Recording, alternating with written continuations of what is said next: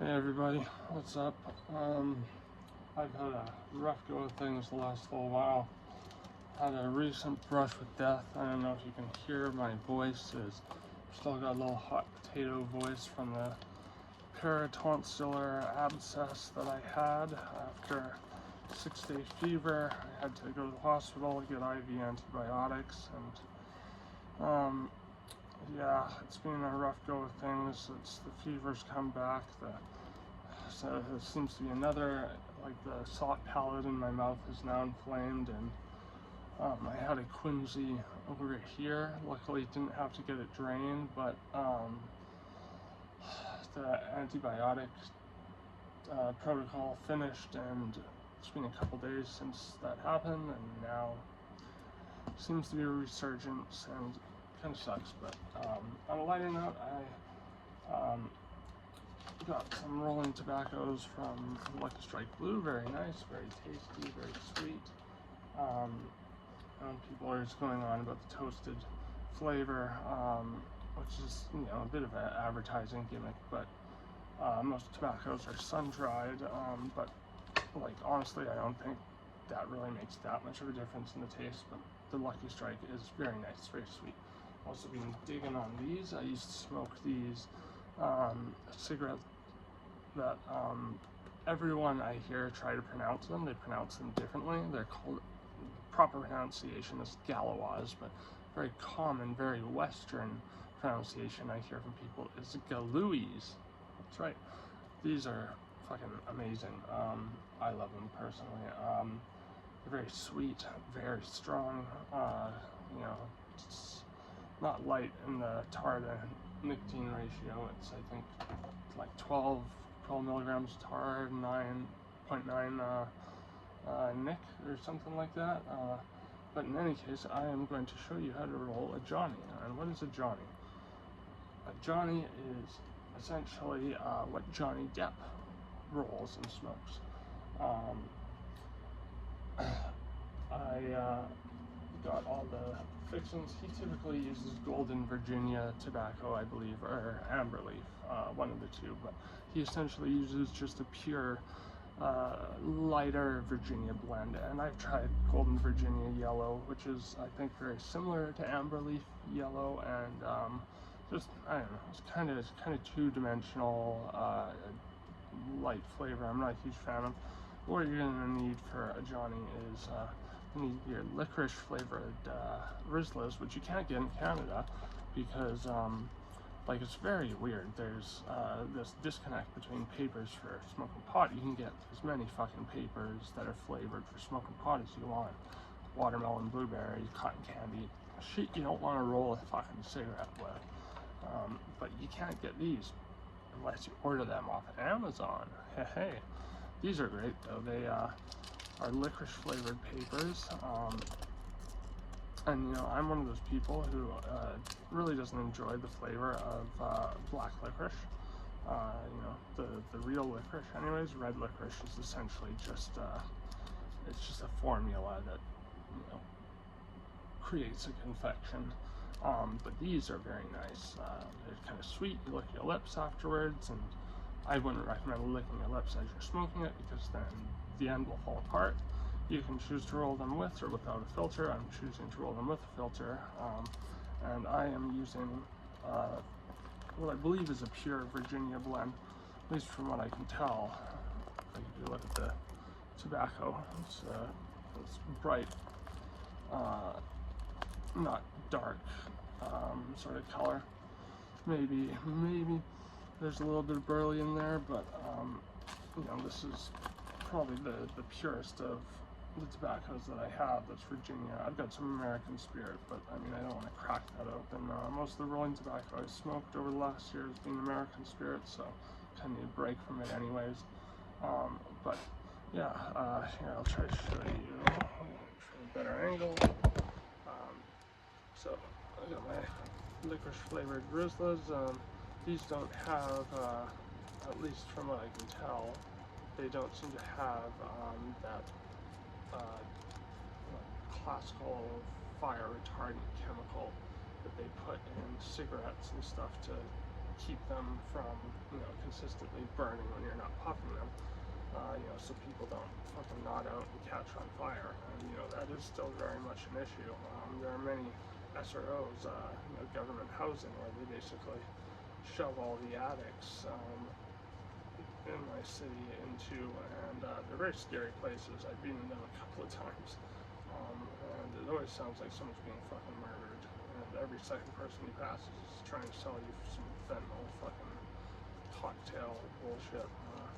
But yeah, lots of those places have burned down because junkies have fallen asleep with smokes in their hands and then lit shit on fire. And most people, not just junkies who smoke in the city, buy native cigarettes, which don't have those fire retardant chemicals, which is typically carpet glue.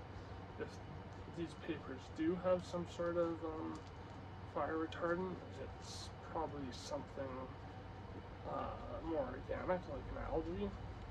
I'm not saying that's better or worse, I don't know. All I know is that the taste isn't as significant, and the burn is a lot cleaner. But I'll show you in a sec. There's a little bit of ribbing on the inside of these papers. I'll show you how you can tell, looking at a paper or a cigarette, whether it's got those FSC chemicals in it. I'm taking my time rolling this one because I want it to be perfect. Rolling cigarettes and rolling joints are two completely different things. I do often roll my joints kind of like cigarettes, like very tight, very compacted and thin, but like I said, compacted, so it may look small, but there's a lot in it.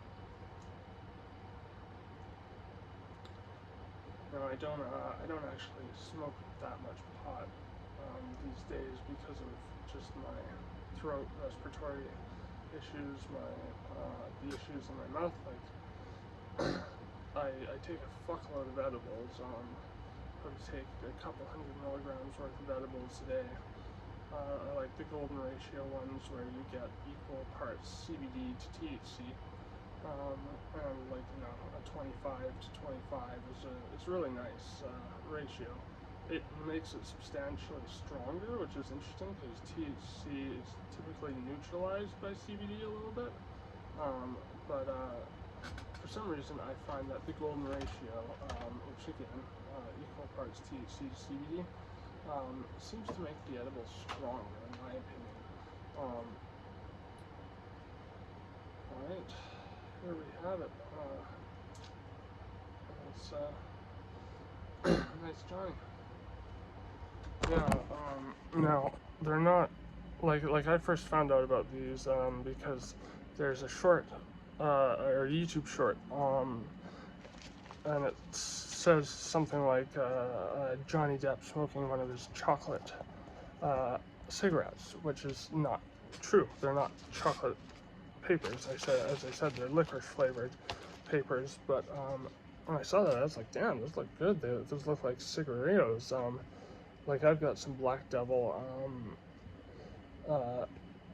cacao flavored, which is chocolate.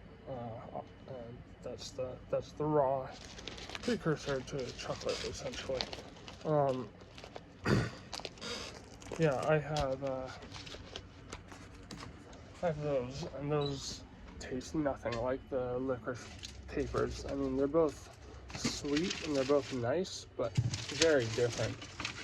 So I'm trying to find you some, like, these are chocolate flavored, and they're black cigarillos. You've probably seen me smoking them in some of my last videos. And what I like about the Johnnies is that you can just smoke them like a cigarillo. And I'm gonna bring a couple with me because I want to tell you about, oh god, the crazy last few weeks I've had. But before I do so, I'm going to show you where the FSC chemicals are on papers and stuff. So here is a zigzag blue. These are my preferred rolling papers for either cigarettes or weed. I'm just trying to get the camera to focus. Yeah, my camera's not really focusing in on it, but there are very faint lines that run all the way down the paper. If you have a paper and you look at it, you'll probably see that. There's a very interesting story behind why you can't get stuff like licorice flavored papers in Canada anymore, and it's because the company Raw, which I have come to realize is a huge sham of a fucking company. They essentially, because you can't advertise, you know, obviously for tobacco anymore, or tobacco products, and the co-founder of Raw said, oh, these papers are not meant for tobacco, which is completely hypocritical because they sell tobacco. You know, there are Raw pouches of tobacco. But here's a cigarette, by the way, for reference. It's got the same ribbing going all the way down. So hard for the camera to pick up because it's so faint. I don't know if you can see what I mean, but there's little faint black lines that go all the way down. My shakiness probably doesn't help.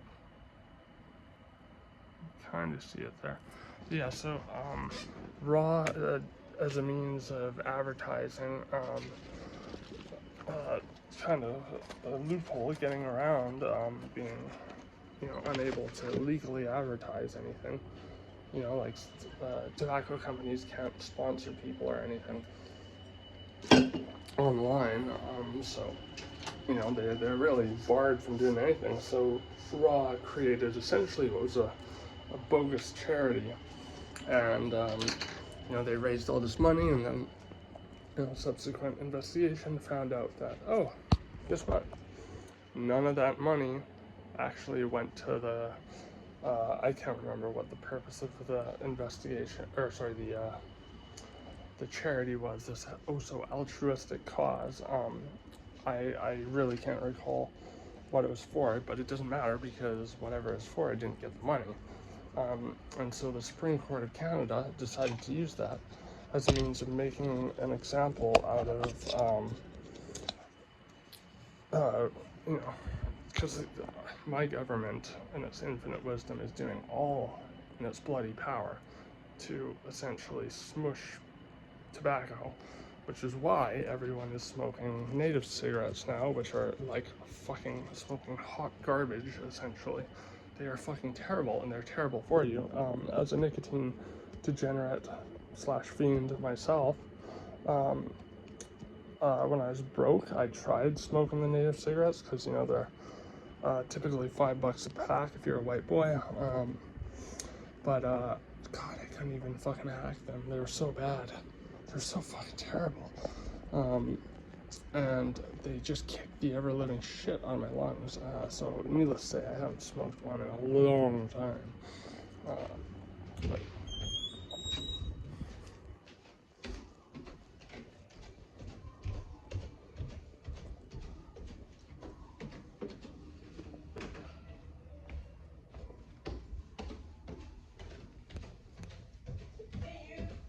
hey, just a minute, please.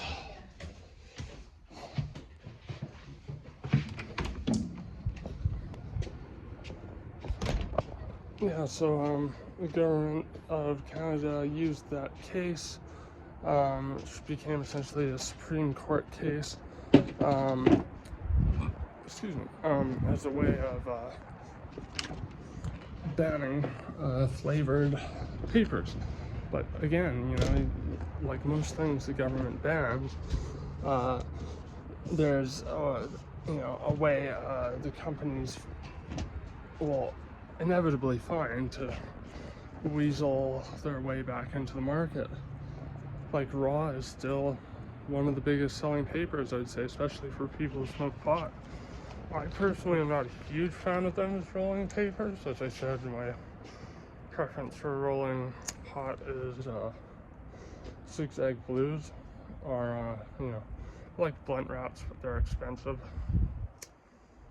And blunts are something that I like to share. I mostly get stoned alone because, oh, hey, I spend most of my time alone.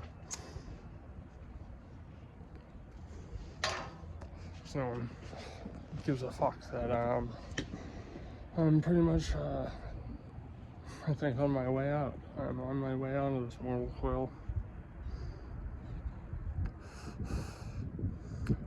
And if it sounds like an incredibly ridiculous logical leap for the Canadian government, or the Supreme Court of Canada, to go from, oh, this company did this bogus altruism and basically scam people, so ergo we shouldn't allow these sort of companies to sell flavored papers. And I mean, again, Raw is still a huge company here. Their papers aren't really flavored. They have a bit of a brown sugar taste, so, you know, they don't skirt, or I mean, they're able to skirt the law because of that. But yeah, if that sounds like an incredible logical leap to go from a major case regarding essentially, you know, swindling customers who want to do something a little altruistic, and then using that as a blanket to just fucking ban all these other brands, that's because it is a ridiculous logical leap. My government is like, I could go on and on and on about how silly they are when it comes to their regulations of tobacco products. Like, they don't regulate vapes much.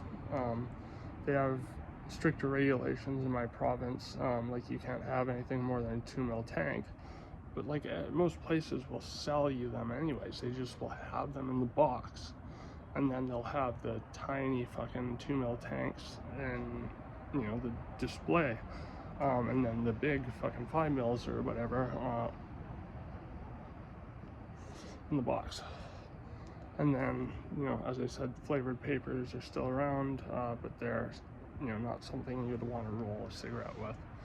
You know, I remember, like back when I was like 13, 14, doing a fuckload of acid, and, you know, all we had was money for acid, and we always wanted 4 hits at least, which, you know, $5 a hit back in the day, and it was like fairly crap acid in my opinion. 75 mics maybe, most of the time. But, you know, 4 of those would get you still pretty fucking high. Still 300 mics.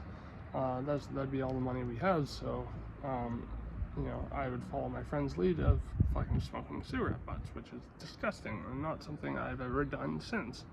And part of why was because a friend of mine had rolled what I thought was a joint, but it was like with wet fucking primetime cigarillo tobacco in a cotton candy paper, and it was one of the most disgusting things I've ever tasted.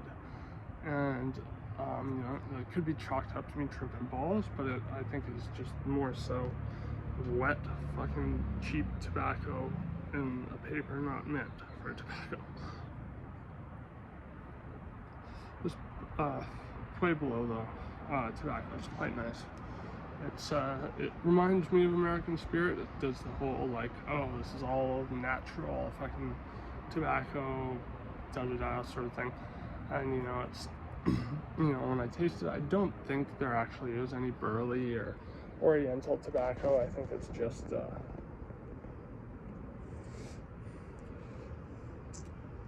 yeah, it just tastes like Virginia, which, you know, to the palate of someone who's not a smoker, you know, it might have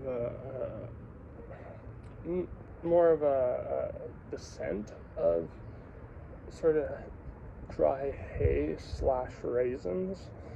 That's one way you can tell something is Virginia. When you smoke it, it obviously doesn't taste like dry hay unless it's like a really cheap brand.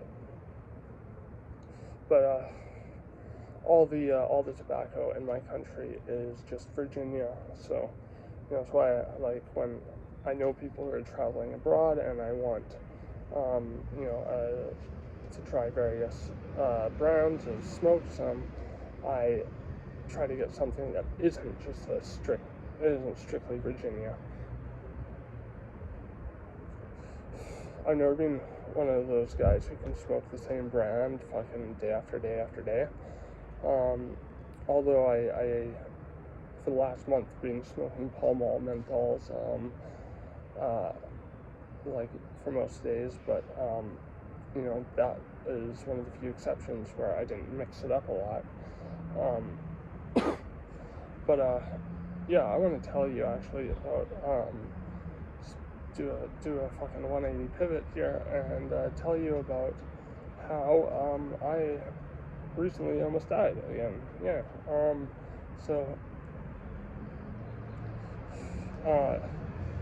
For those who are unaware, I have a very, very crap immune system. I have central nervous system sensitivity. As I've stated in previous videos, there is a very clear correlation between central nervous system disorders, immune system status, and gut health, as well as mental health. The trifecta is central nervous system, gut, brain. If one of those things is out of whack, it's going to make everything else out of whack. For me, it started with central nervous system sensitivity. I can't say for certain that I'm immunocompromised because doctors all give me different answers on that. I believe the more credible ones have said that yes, I am immunocompromised. I do so much blood work because of my health issues. That all they have to do is look at the blood work and it should tell them. But some just say, oh, you have a really low immune system. I basically get sick whenever I go out. And so this all started when my system was under a lot of stress from just the immense amount of pain I've been experiencing as of late. And nerve pain it's getting worse. It's getting to the point where outside of the pain, I don't just have anhedonia, aka the inability to feel pleasure, to feel fulfillment, to feel passion, to feel good about anything really. Anhedonia really it makes you kind of have these visors that in a sense will make everything look black and white or feel black and white, just devoid of color. When fulfillment is drained from something, or drained from everything actually, which is what anhedonia does, it causes life to become a real slog. But the anhedonia turned into full-on dysphoria, so outside of the pain, I feel nothing but discomfort. And so I was going through all that, and then I had a friend come over, and she was partying the night before, and she was coughing a lot, I know she's probably going to watch this video, so don't worry, this isn't your fault. As I said, I get sick whenever I go out, so I think this was bound to happen.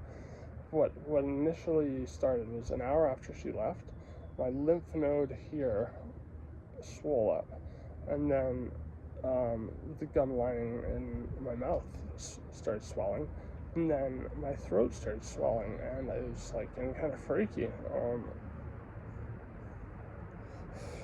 I woke up a couple hours after that to gnarly fever.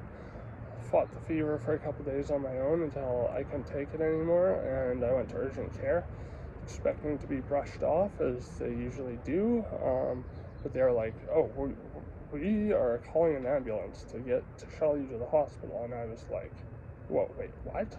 And they were like, "Well, your throat could be closing up," and I was like, "You're fucking kidding me right now." And they're like, no, you gotta get to the hospital. And so, my folks are out of the country for a month. So, you know, if I croaked, I didn't want my cat to be on its own without, you know, a dead me to eat or whatever to tide it over until my folks got back. I did say to my cat many times, in an increasingly less and less joking way, if I die, feel free to eat my face or whatever you have to do to stay alive. So I said, you know what, I drove over here, I'm just going to go home, feed the cat, and go to the hospital, which I did. Went to the hospital. I was there for a really long time, waiting. As soon as I got there, two kids, one after the other, came in. Both needed to get their, the first one needed to get their leg amputated from gangrene. I couldn't hear why that happened. It's just like I'm guessing 6 to 8 year old little Asian boy, poor little gaffer. And then after that, this family who I think they are Yemenis. Am I saying that right? I don't care. Anyways, they came in and you could just hear the shrieking from out in the parking, or not the parking lot, but the drop-off area in the emergency waiting area. And there's a screaming, just help, help, help.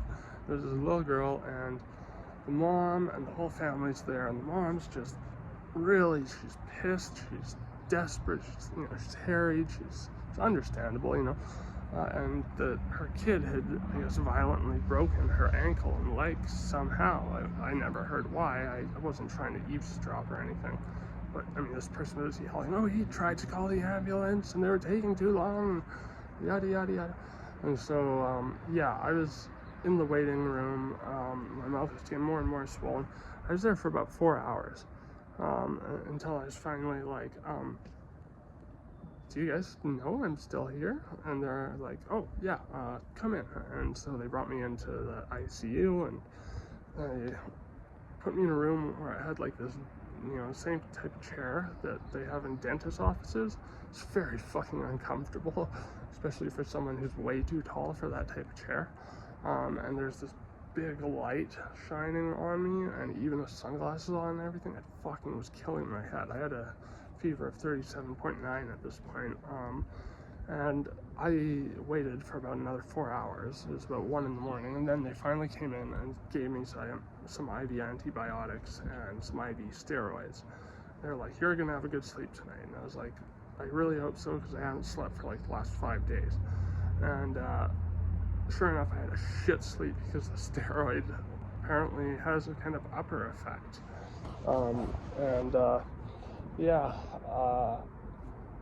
I did feel better the next day.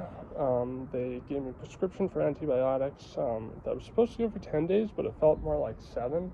I mean, it could have been 10 days because honestly, the whole time I felt like Anthony Hopkins in The Father, which is a great movie depicting dementia. Very sad, of course. But I felt like I was just kind of roaming about in the fog, and I was going through all this myself, just had no one but my fucking cat to keep me company. Luckily I had a car to go for drives in, just kind of keep me somewhat sane. About 3 or 4 days into taking the antibiotics, I finally started to feel better. And I was feeling better towards the end of the antibiotic, the oral antibiotics that I was prescribed. I felt somewhat okay as far as the symptoms I was having from this one. When it came to the whatever symptomatic of the stuff that was going on, which I never really got a super clear answer on. I just heard them say peritonsillar abscess, which is also called quinsy. I had one of the worst panic attacks of my life the day after I got back from the hospital, and I looked up what a quinsy was after taking, maybe 200 milligrams of THC in with, I don't know how much CBD I was able to render in this extraction, but I did a kind of RSO Quiso extract hybrid, and it actually turned out very well. But needless to say, I was super stoned, and I looked it up, and feel free to look up Quincy on YouTube, and you'll see it is a very scary thing to have. If it's not treated, you can die. It causes these pustules to grow, which for me grew in here, and if they pop and go into your lungs, you can die. Before it was treated, it was getting bad. As I said, I was barely able to swallow. It hurt so much to swallow. One of the videos I saw was a doctor saying that if untreated, you can experience a dismal death, and I was like, oh Jesus. Then I saw videos of people getting what is the normal treatment, which is to drain them. Obviously in a hospital setting, they from the looks of it, give the people some sort of twilight sleep type cocktail, which is most of the time in Canada and most likely other countries, I would imagine, in the West. It's fentanyl and midazolam, which I know a lot of people are like, oh, fentanyl. Let me tell you something, okay? Fentanyl in the hands of physicians, where they are dosing stuff that is usually already pre-dosed by the pharmacies, because what makes fentanyl so dangerous is that it is so potent in such low doses. Some like micrograms. I think the average psychoactive dose of fentanyl is 350 micrograms, and the problem is addicts order it from China typically, and then they mix it themselves. And I don't even think you can buy a scale that is effective in weighing microgram dosages. So that's what makes it so dangerous. But if it's a product that's like medical, like a fentanyl patch, like I remember before fentanyl was like a street drug, before it was down, before it replaced heroin essentially, because heroin used to be referred to as down. Because it slows you down, obviously. I knew a few people, dealers specifically, who dealt in pharmaceuticals, and they'd get fentanyl patches, and people would buy them, and they would squeeze the fucking gel out, and they would smoke it off of foil. But there was no talk of overdoses or anything back then relating to fentanyl. I've been given fentanyl and midazolam because I've had to do a number of twilight sleep style operations. Like I had one that was really weird where they gave me this stuff, and twilight sleep essentially is like it's supposed to put you in a state that you are like so kind of out of it you don't remember after the fact. But because I'm on methadone and Valium, and midazolam is a benzodiazepine like Valium, fentanyl is an opioid like methadone, even though fentanyl is like an ultra potent opioid receptor agonist, meaning it will competitively work for your receptors. It'll try to kick all the other opioids on your receptors off, and methadone walls your pain receptors off. But what they gave me in the hospital, it wasn't enough to put me out of it to the point where I didn't remember. When I was given that cocktail as a kid before I was on methadone, because I was watching The Sixth Sense while eating a steak, and it was that scene, the infamous scene with the girl and the videotape, that big jump scare. I was watching, sawing off a big piece of steak and not really paying attention, and I put it in my mouth, and then jump scare, and I swallowed this big piece of steak, got stuck in my throat. It was actually quite scary. Parents had to do the Heimlich maneuver on me, and I got it like a little bit farther up in my throat, I guess, maybe a little farther down, I don't know.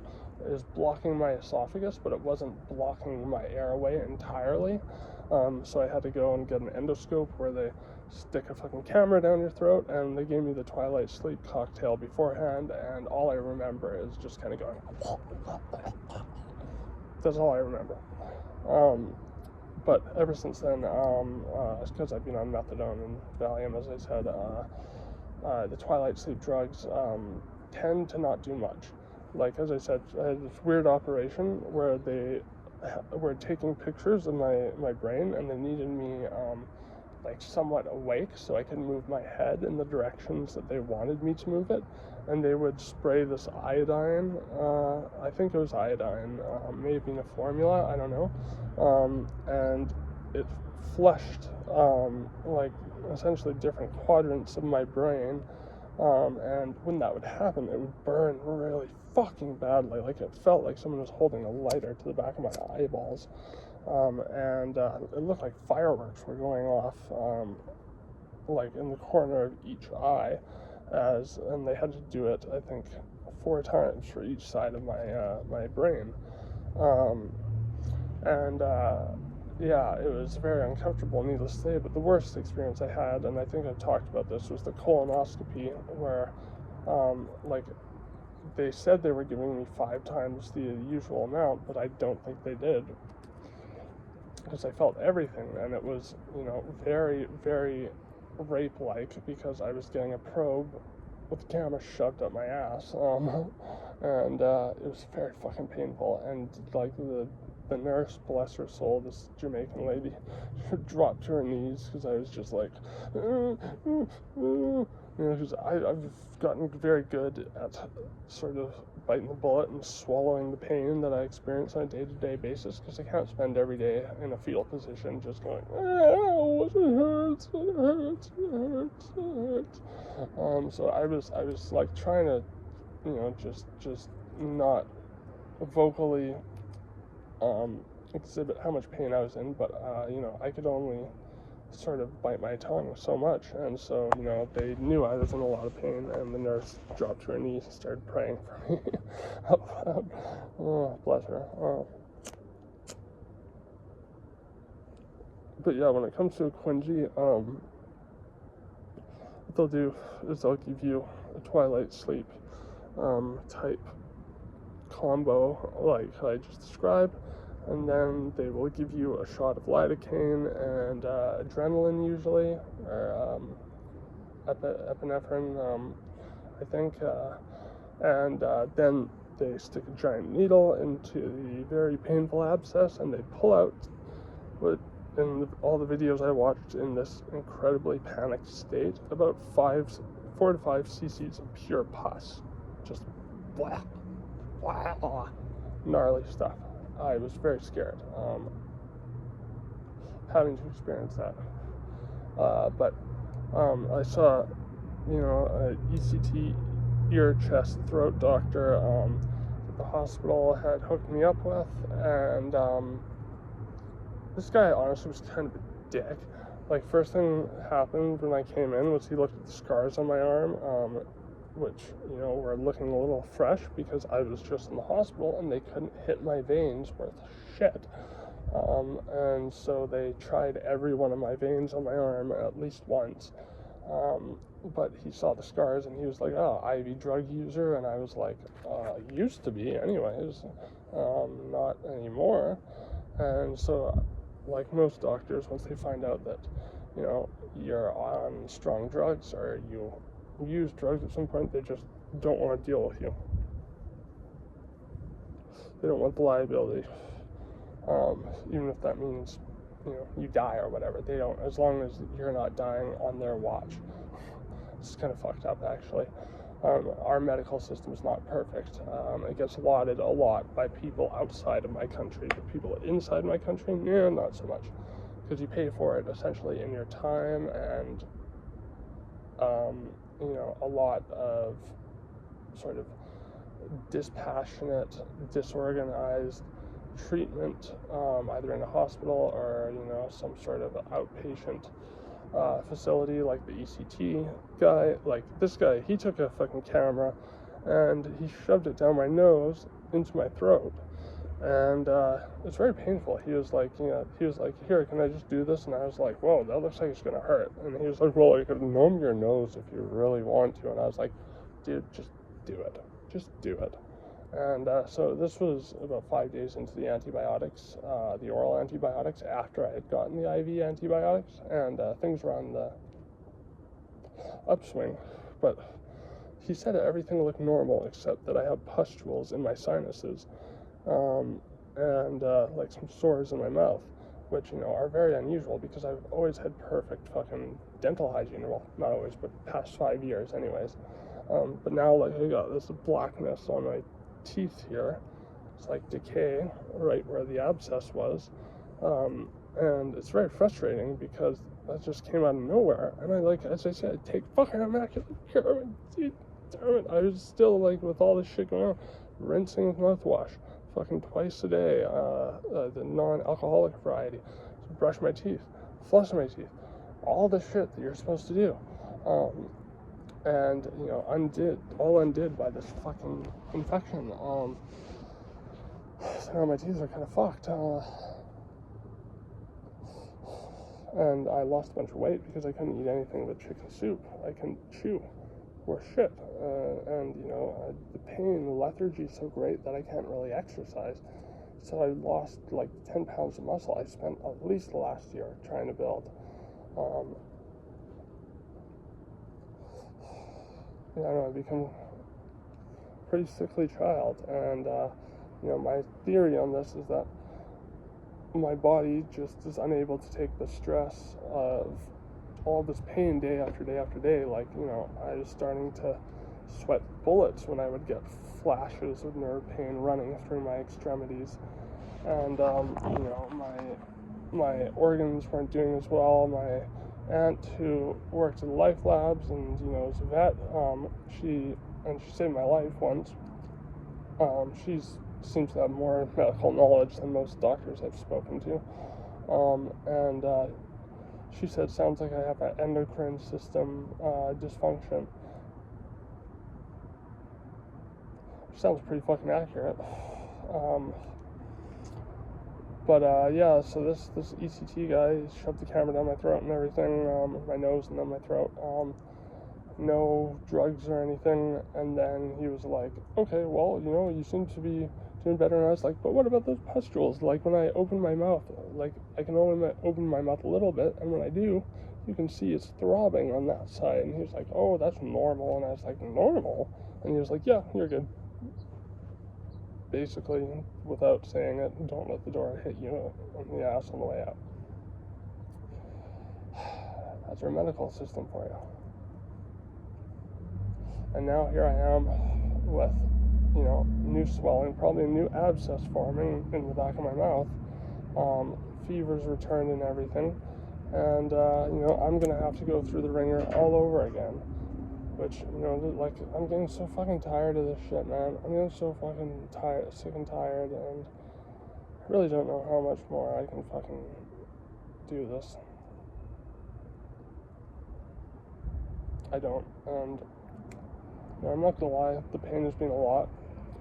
So every now and then I've been taking OxyContin with, tested it, making sure it's OxyContin, with a high dose of an edible, and I just bliss out for fucking 6 hours.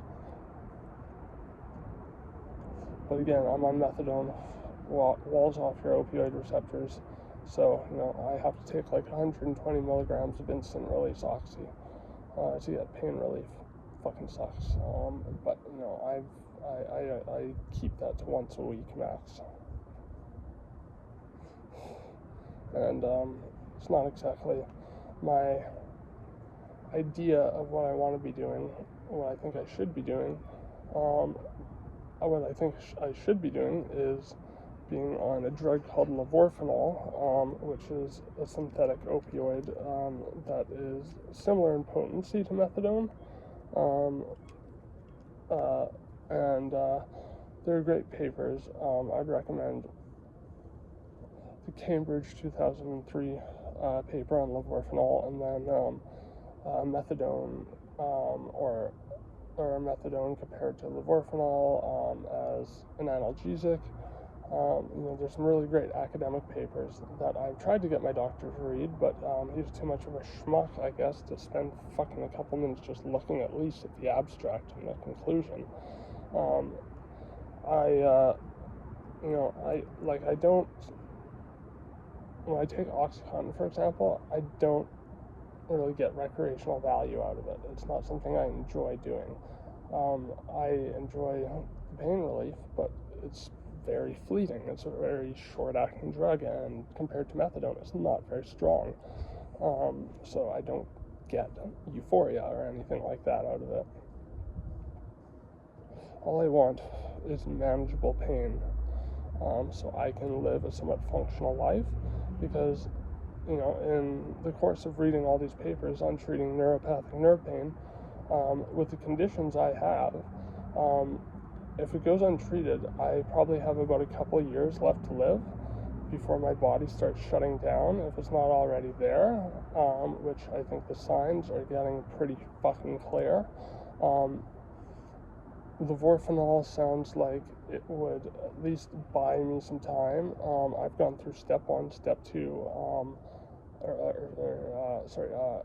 first line, second line breakthrough treatments, meaning first line being tricyclic antidepressants, which I tried again because I had to prove to my doctor again that they don't do anything, and that they're just another drug to be addicted to. And it's like, if you're going to prescribe me an addictive drug, I'm already addicted to opioids. Why don't you just prescribe me an opioid that actually helps my pain? But it's liability again. Doctors, I don't want to mess with that, and if something happens, it's on me. And it's like, well, your whole do no harm fucking adage that you're supposed to live and dictate your fucking practice by is being completely precluded by your continuous unwillingness to help prevent the harm that is actively taking place and getting worse in my system. So the latest one that I was prescribed is neurotriptyline. Completely messed up my sleep. My sleep is fucked now. I stopped taking it before I got addicted. I've taken amitriptyline before for a long period of time. I was forced off of it and went into cholinergic withdrawal, as well as methadone and Valium withdrawal, as I was forced off those drugs as well. That's another story I've probably told. But gabapentin is another first-line drug. Pregabalin is another first-line drug. I've been on all of those. I'm on gabapentin as we speak. Or, well, not as we speak. I take it before bed anyways. Just because it kind of helps me to fall asleep. But, needless to say, they don't work. They don't help my nerve pain at all. And second-line treatment is stuff like lidocaine, ketamine. I have done lidocaine infusions. I have done ketamine infusions. Ketamine it's the closest thing to an effective analgesic for me. It essentially it will relieve my pain for the duration of its action. So, like while I'm on it, essentially. But the thing is, the government refuses to give it to you unless you get 3 weeks of pain relief. Like, your pain is gone for 3 weeks after an infusion, which, by the current medical consensus, is a ridiculous standard to set, because the majority of people that who have neuropathic pain get a week's worth of relief from ketamine infusions. I personally have a couple grams of K, but I am not doing it because, again, my organs don't seem to be doing very well, and ketamine is very hard on the bladder. Like, I have a friend who does ketamine every fucking day, like a lot of ketamine, and he has to carry a bucket everywhere he goes because he constantly needs to piss. And eventually that is going to turn into bloody piss, like it has with everyone else I've known who has done ketamine every single fucking day, every hour of the day. At my worst, where I was having to use it once a day, was having to get up 7 times a night to piss. So, you know, I just backed off on that.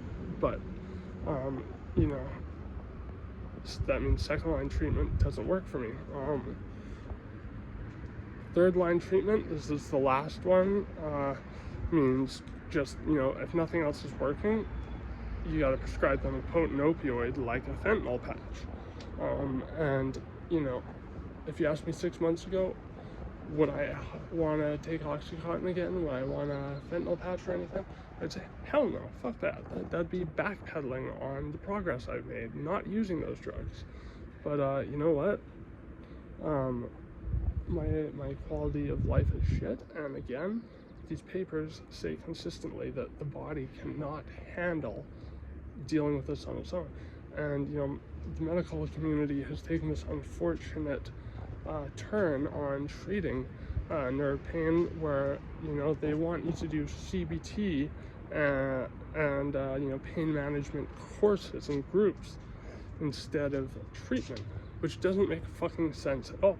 I've done CBT over 7 times, but the thing is, you have to be in a functional state to be able to leave your house and do something and retain the information. So, you know, like, I think, and CBT is a great utility. It's a great tool. It's part of why I've been able to, you know, bite my tongue and, you know, just deal with the pain, find ways to distract myself. But, you know, again, the issue is my body cannot handle that stress. So it doesn't matter how grounded I make myself, the pain is still there. I can't meditate because of that pain. You know, because the more quiet things become around me, the more loud the pain becomes.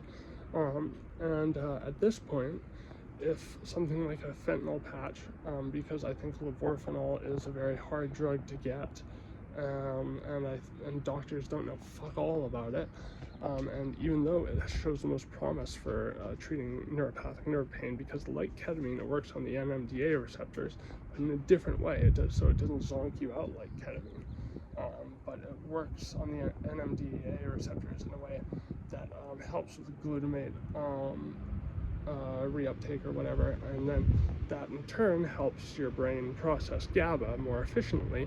And, you know, I think a lot of nerve pain is as a result of some sort of dysfunction in either the GABA A, GABA B receptors, because those are the receptors responsible for letting your body relax. That's why when you have a drink of something or pop a Xanax, you feel chilled the fuck out, because those are working on your GABA receptors. And, you know, last time I was taking Xanax to get through the work days and got hooked on it, I was actually taking 6 milligrams of Xanax a day. I was functional. I was actually functional. I went from shaky and painful to and anxious all the time to functional. But then my doctor put me on a fuckload of Valium instead, and, you know, it's been very hard to get off of that. And I think he put me on far from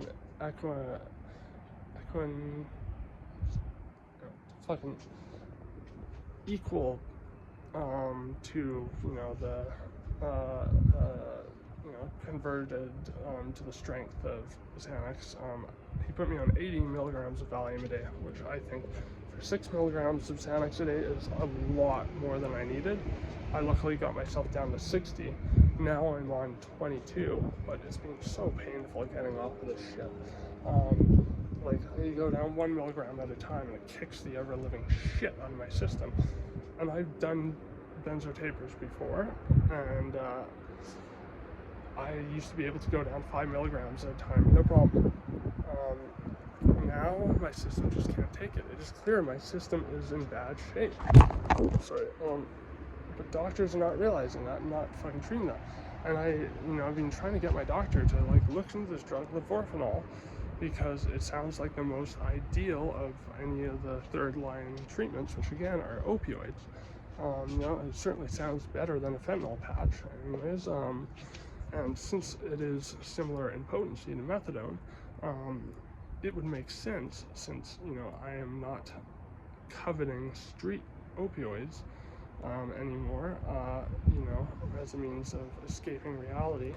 Yes, I have used Oxycontin a couple times because I've been so desperate for treatment, and my body has been screaming at me for relief, you know, but that's only recent. That's a recent development, and again, the methadone's so strong that it doesn't even really cut through the methadone anyways. I had this ridiculous, fanciful idea in my mind that now that we don't need to treat opioid use disorder, we could treat my pain by putting me on levorfinol and then getting the methadone down and the levorfinol up. And, and then if that can make me functional, then I can finally get into that job that has been on hold for me, and I can work, I can go outside, I can have a social life again, maybe. And again, in an ideal circumstance where, there is a successful treatment with a third line opioid, there is a breakthrough, then I have about 10 years left to live. I want to make something out of those 10 years. I'm a young guy, I'm 29. That means I'm gonna probably die before I'm 40. Best case scenario, before I'm 40.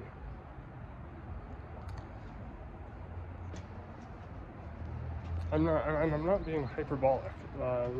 This is the result of a lot of research and just a lot of experience of my body seemingly shutting down. Yeah,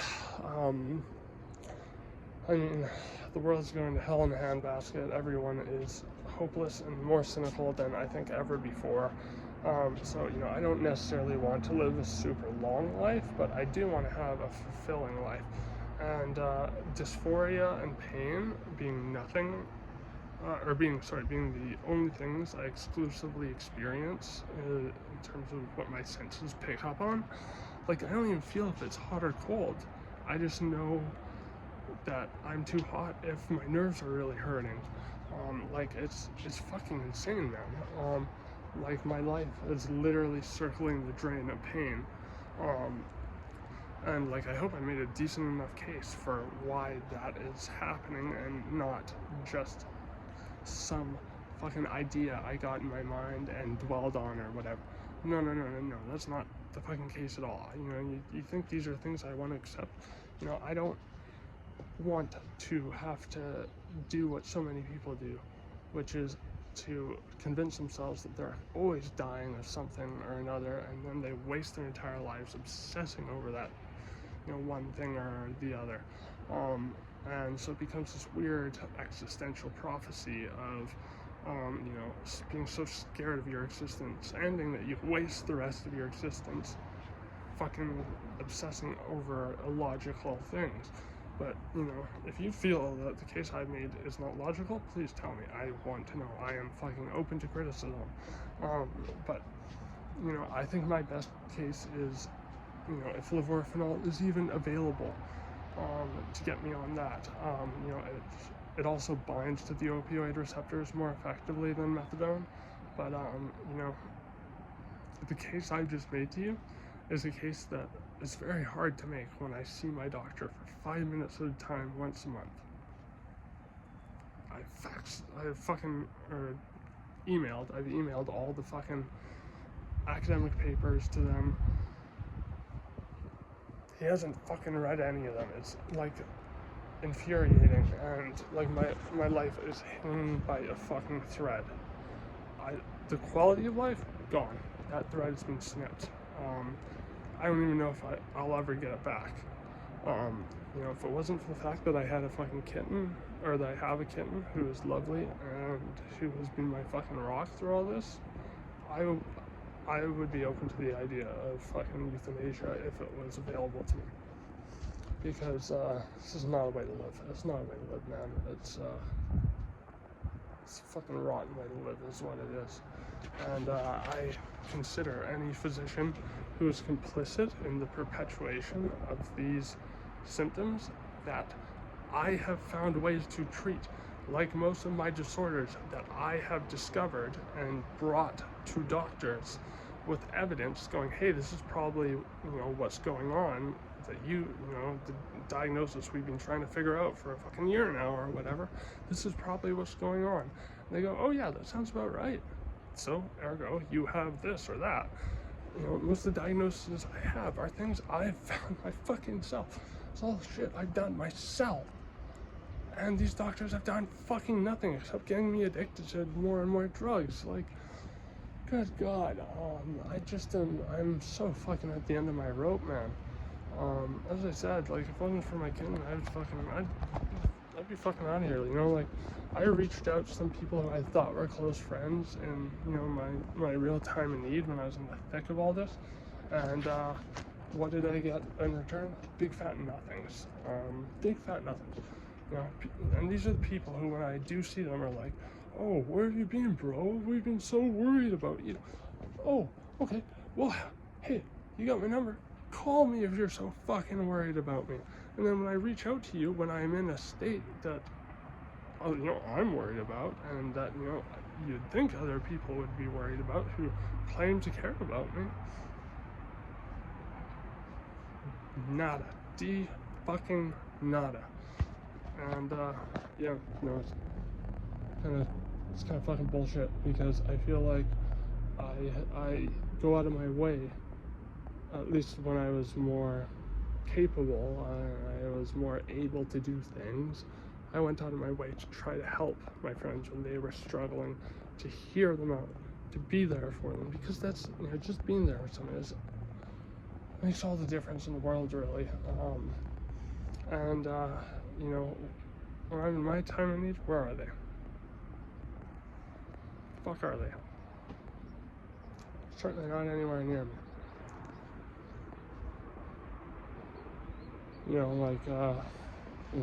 People talk about life as, or the quality of your character, or the quality of you as a person is determined by the amount of people who are going to be at your funeral. Well, you know what? If I was to die today, no one would know. If I died and then somehow my parents got in my Facebook and were like, oh, Shaman's deceased, this is going to be the funeral. I know exactly what the response would be. People would be like, oh, he's probably OD'd on fucking fentanyl. Just another one to bite the dust. And since, unfortunately me and the majority of the people I know have at least a few close friends and family members that have died from fentanyl type drugs, I would just be ruled out as another statistic, even though I don't do fucking fentanyl. I don't do fucking fentanyl type drugs. I don't do fucking street down. No thanks. I don't want fucking nitazines and fucking itizolam and tranquilizers being mixed up by addicts in government housing. No thank you. No thank you very much.